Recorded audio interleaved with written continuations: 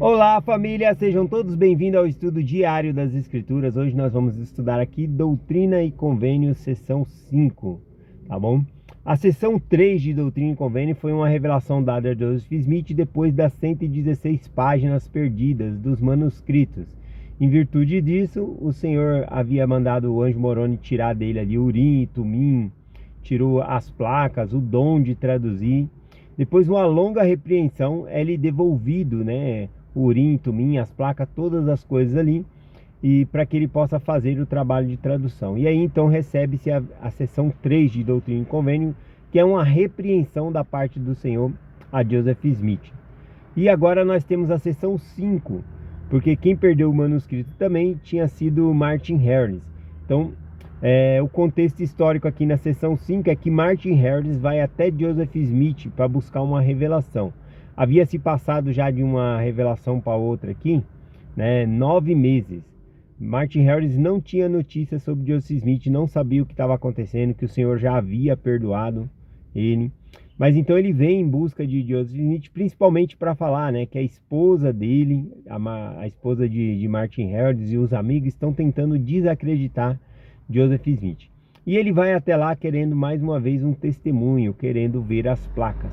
Então na seção 5 é lhe prometido, né, que se ele se arrepender, se curvar perante o Senhor, ele será uma das testemunhas do livro das placas, né, do livro de Mormon ali. Então vamos lá para os versículos aqui para ver o que nós possamos aprender. Do versículo 1 em diante diz assim: Eis que te digo que, como meu servo Martin Harris desejou receber de minhas mãos um testemunho de que tu, meu servo Joseph Smith Jr., possui as placas sobre as quais testemunhastes e que afirmastes teres recebido de mim. Agora, eis que isso lhe dirás: aquele que te falou disse: Eu, o Senhor, seu Deus, sou Deus, e dei essas coisas a ti, meu servo Joseph Smith Jr., e ordenei que fosses testemunha dessas coisas, a fim de estabelecesses um convênio comigo, e que não as mostrarias a não ser as pessoas a quem eu te ordenasse, e não tens poder sobre elas, a não ser que eu te conceda. Então aqui nesses versículos aqui, a gente vê que o Senhor havia feito um convênio com Joseph Smith que ele não poderia mostrar as placas a ninguém, né, exceto para quem ele ordenasse. Ele não tinha poder, ou seja, autorização para fazer isso, a menos que Deus permitisse, tá bom? Versículo 4 em diante aqui diz: Tens um dom para traduzir as placas. Este é o primeiro dom que te conferi. Ordenei-te que não afirmasse ter qualquer outro dom, até que o meu propósito fosse cumprido nisso, porque não te concederei outro dom até que isso esteja terminado. Em verdade te digo que os habitantes da terra sofrerão desgraças, se não derem ouvido às minhas palavras, pois futuramente serás ordenado a saíres levando minha palavra aos filhos dos homens, né? Falando da obra missionária aqui.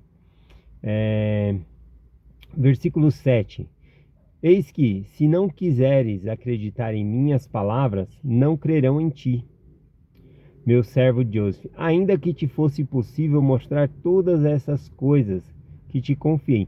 Interessante, né, que o Senhor fala aqui para ele, que mesmo que se fosse possível, Joseph Smith poder mostrar as placas, o Urim, o Tumim, todas as coisas das pessoas, elas ainda não crerão.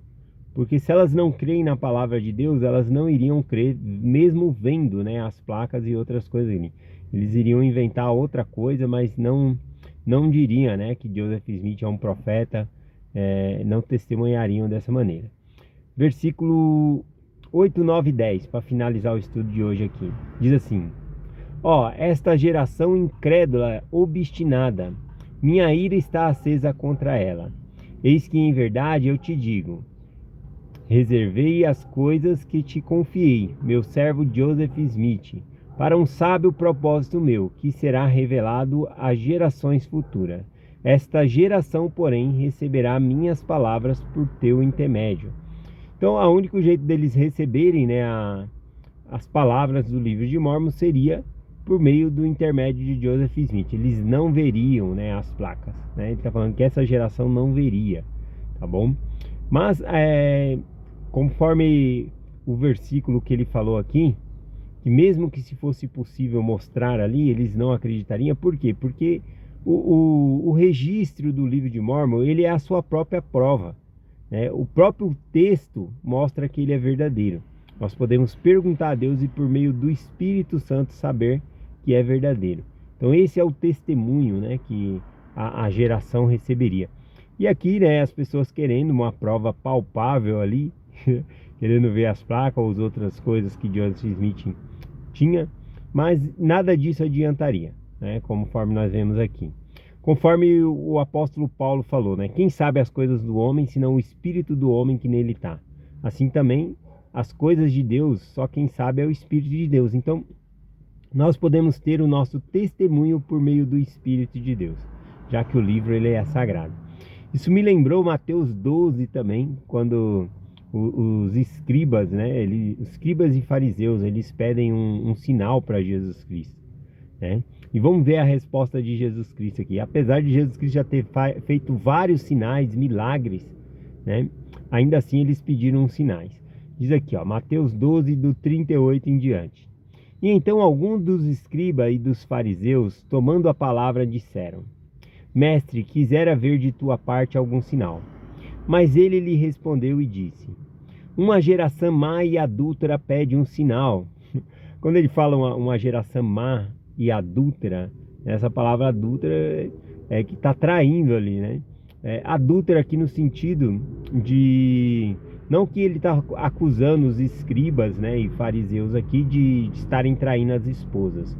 Mas esse é um termo usado quando as pessoas se afastam de Deus e adoram outros deuses, tá bom? Então ele fala uma geração má e adúltera, né, pede um sinal. Porém, não se dará outro sinal senão o do profeta Jonas. Pois como Jonas esteve 3 dias e 3 noites no ventre do peixe, assim estará o Filho do Homem, 3 dias e 3 noites no seio da terra. Então, o sinal que eles teriam era esse, né? O sinal do profeta Jonas. Assim como Jonas ficou dentro do peixe 3 dias e 3 noites, Cristo também ficaria 3 dias, né, morto, sepultado, mas ele ressurgiria ao 3º dia. Esse seria o sinal.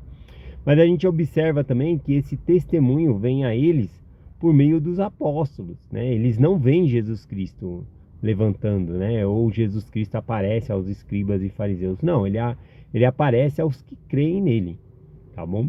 Então a gente observa que a mesma coisa se acontece aqui. A gente recebe o testemunho por meio da pregação do evangelho. E aí nós podemos ter um testemunho espiritual orando e buscando a Deus para saber que é verdadeiro. Jesus Cristo termina dizendo assim, ó: os ninivitas surgirão no juízo com esta geração e condenarão, porque se arrependeram com a pregação de Jonas. E eis que está aqui quem é maior do que Jonas. Ele fala que essa geração vai ser condenada, inclusive pelos ninivitas, né? Porque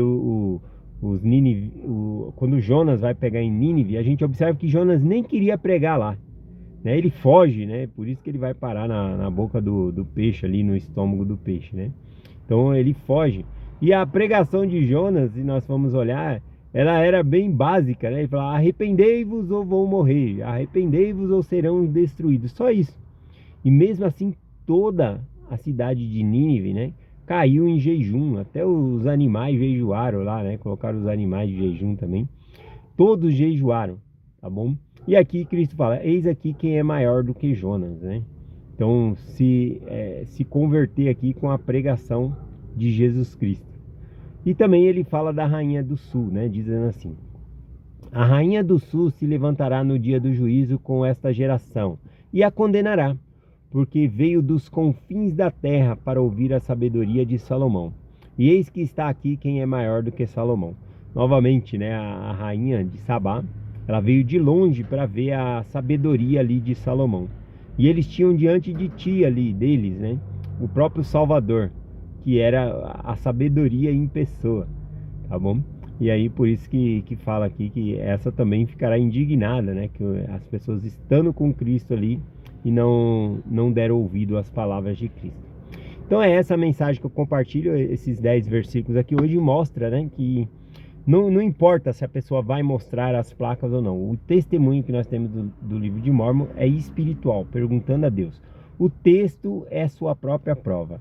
É essa mensagem que eu compartilho com vocês, em nome de Jesus Cristo. Amém. Até amanhã.